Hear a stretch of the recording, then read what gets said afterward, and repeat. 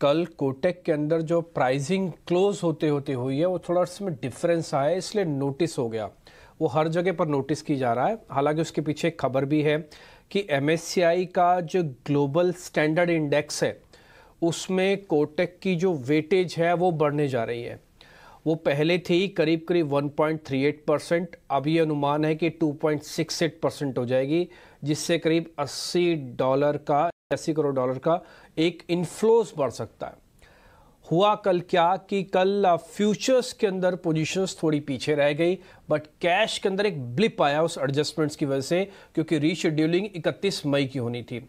Futures के अंदर होती नहीं है क्योंकि टिपिकली लॉन्ग टर्म के लिए वो लोग खरीद के रखते हैं। तो कैश का जो इम्पैक्ट है ना कल वो ज़ोरदार पड़ा, इसलिए एक डिफरेंस क्रिएट हो गया। ये डिफरेंस करीब करीब 33 रुपये का है, और मैं फ़र्क अगर आपको बताऊं तो करीब 12,500 रुपये का फ़र्क आ गया। यानी फ्यूचर्स वहीं के वहीं खड़े रह गए, लेकिन कैश थोड़ा ऊपर आ गए हैं। एक चीज़ मैंने और नोटिस की इस खबर को देखने के बाद, समझने के बाद, कि एक्चुअली में अगर इसकी ग्लोबल स्टैंडर्ड इंडेक्स में वेटेज बदलती है तो क्या बैंक निफ्टी में भी इसका रोल बदल सकता है क्या? तो मैंने इसकी वेटेज बैंक निफ्टी में निकाली तो करीब 12% के आसपास बनती है। देखिए, शेयर ने प्राइस का रेंज का ब्रेकआउट किया। ये टेक्निकल्स वाले अभी आपको बता देंगे मयूरेश।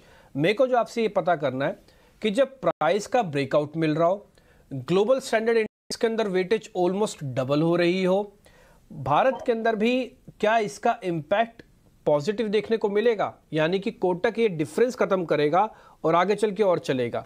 ये डिफरेंस होता है, ऐसा नहीं कि होता नहीं है, प्रीमियम डिस्काउंट होते नहीं है, लेकिन अमूमन एक्सपायरी पर भी मैंने एवरेज निकाली है, वो 10 से 15 रुपए का होता है, लेकिन कल एक्स्ट्राऑर्डिनरी था वो रीशेड्यूलिंग की वजह से। एक बार आपका जरा व्यू पॉइंट चाहिए। Absolutely. Morning, Dipti. I absolutely agree with you in terms of the technical adjustment.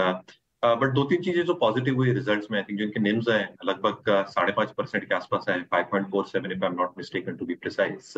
Slippages 1% के आसपास कंटेन हुए थे, और जो क्रेडिट कॉस्ट की ट्रेजेक्टरी थी वो भी 26 या 27 बिप्स के आसपास आई थी। जो डिपॉजिट ट्रैक्शन थी quarter on quarter was at 6%, तो ये काफी पॉजिटिव्स थे as far as numbers are concerned.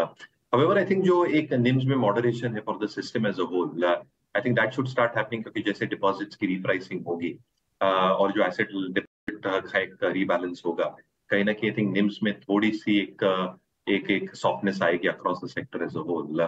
Credit cost I think लगभग यही लेवल पे हो सकते हैं, और कहीं ना कहीं आई थिंक जो एक expectation in terms of valuation aspect, जो कोटक हमेशा थोड़ा प्रीमियम वैल्यूएशंस पे ट्रेड करता है, I think that still continue in terms of the growth that the bank can probably deliver. तो बिल्कुल मुमकिन है in terms of the technical adjustment की मोमेंटम बरकरार रहे, but for the system as a whole, I think apart from Kotak जो हमारे buy watch list पे है and not necessarily buys at this point of time, थोड़ी stability price में आनी बहुत जरूरी है, is ICICI Bank and State Bank from the PSU space, क्योंकि ये दो बैंकों ने भी I think बहुत शानदार रिजल्ट्स पोस्ट किए हैं, and generally for the system as a whole, मुझे लगता है I think जो advances growth है ये मेंटेन होती रहेगी। Looking at what numbers we probably delivered on GDP yesterday, जो जीएसटी के आंकड़े आए हैं, तो सिस्टम रिलेटेड ग्रोथ डेफिनेटली रहेगी। Credit deposit ratio should be very very positive, even if NIMs moderate to an extent. कहीं ना कहीं I think if the rate cut cycle starts in the Indian context by the end of this year, एक driving factor बन सकता है। तो मुझे लगता है I think sector attractively paced है। Obviously, Bank Nifty has moved significantly Nifty for the past few weeks.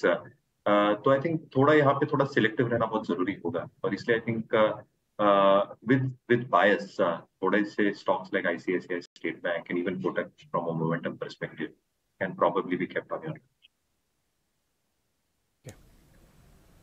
आज ट्रेड करते समय आप इस चीज़ का ज़रूर ध्यान रखिएगा, जब कोटक कैश में खुलेगा और ये फ्यूचर्स में रहेगा तो फ्यूचर्स वालों को जल्दी जल्दी सौदे अपने पंच करने पड़ेंगे अगर वो थोड़ा सा गेन लिखना चाहते हैं। लेकिन उसकी कंडीशन है कि कोटक थोड़ा कैश में अच्छे से खुल जाए। अगर वो खुलेगा तो डिफरेंस कम होगा। ये 33 रुपये का डिफरेंस 23 रुपये 20 रुपये भी होगा तो आपको 10 रुपये झटके से मिल सकते हैं।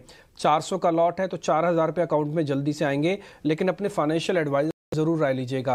और एक और बात, कोटक की कल की जो प्राइसिंग की क्लोजिंग है वो 2023 के अब तक की सबसे अच्छी क्लोजिंग है, यानी कि हाईएस्ट लेवल पे क्लोजिंग हुई है। तो सारी चीजें इसके फेवर में जाती हैं। एक छोटा सा ब्रेक।